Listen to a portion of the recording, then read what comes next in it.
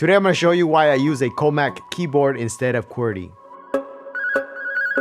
Hey, what's up guys? This is Marcos. So today I'm going to talk to you about why in the world you would want to switch to Colemak. First of all, if you don't know what the Colemak touch typing is, it's just a different way to rearrange your keyboard. It's a different way of typing.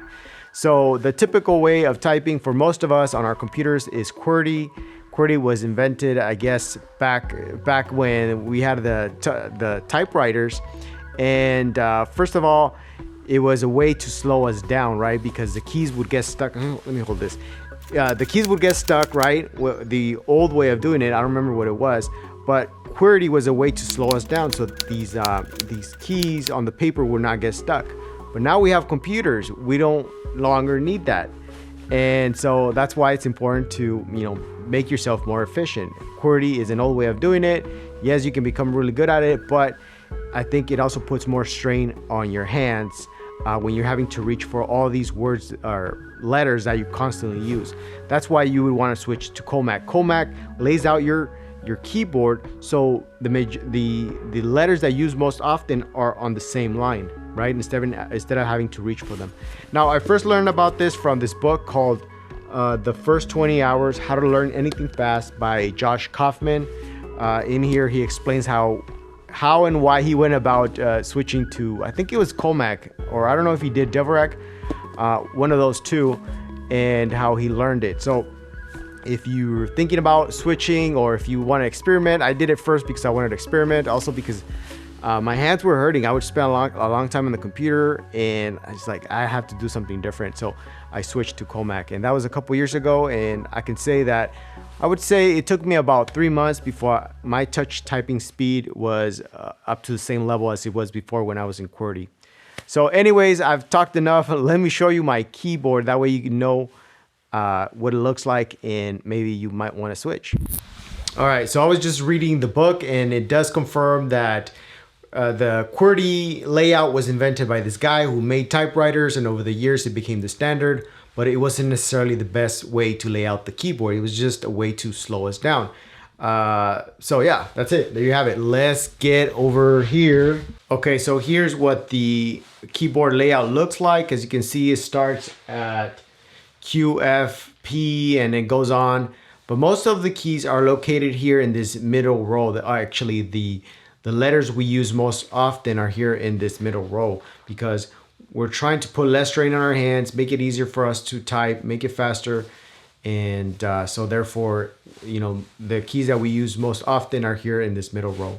And it's very simple to change the keys. Just simply take your knife and you want to pluck them up open. Just make sure you don't break them, because it's very easy to break your keys. Also, there's some keyboards that don't necessarily allow you to switch the keys around. On this one, it did, so it's not perfect, but it is good enough. All right, so the next thing is to go over to your computer and switch the keyboard from QWERTY to Colemak, which is pretty simple. So let's jump into it.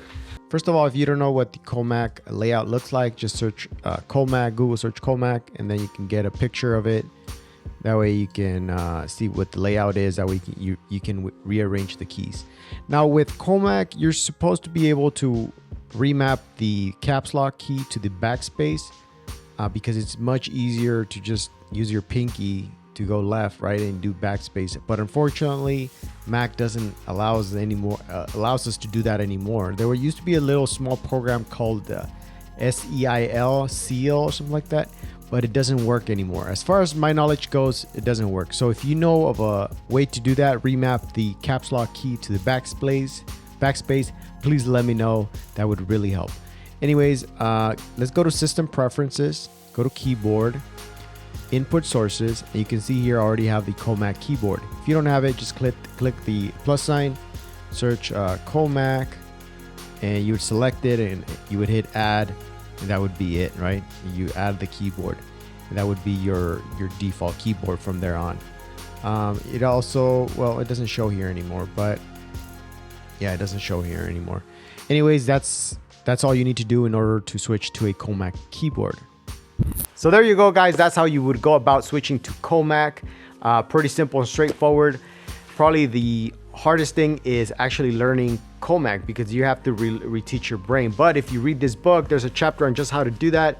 You can pick it up very fast, so no problem with that. So I'll leave a link in the description to this book.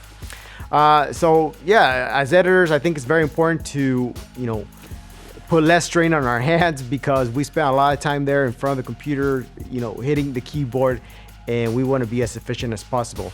So any questions, please let me know down below. If you like this video, give it a thumbs up. And as always, I will catch you guys on the next one.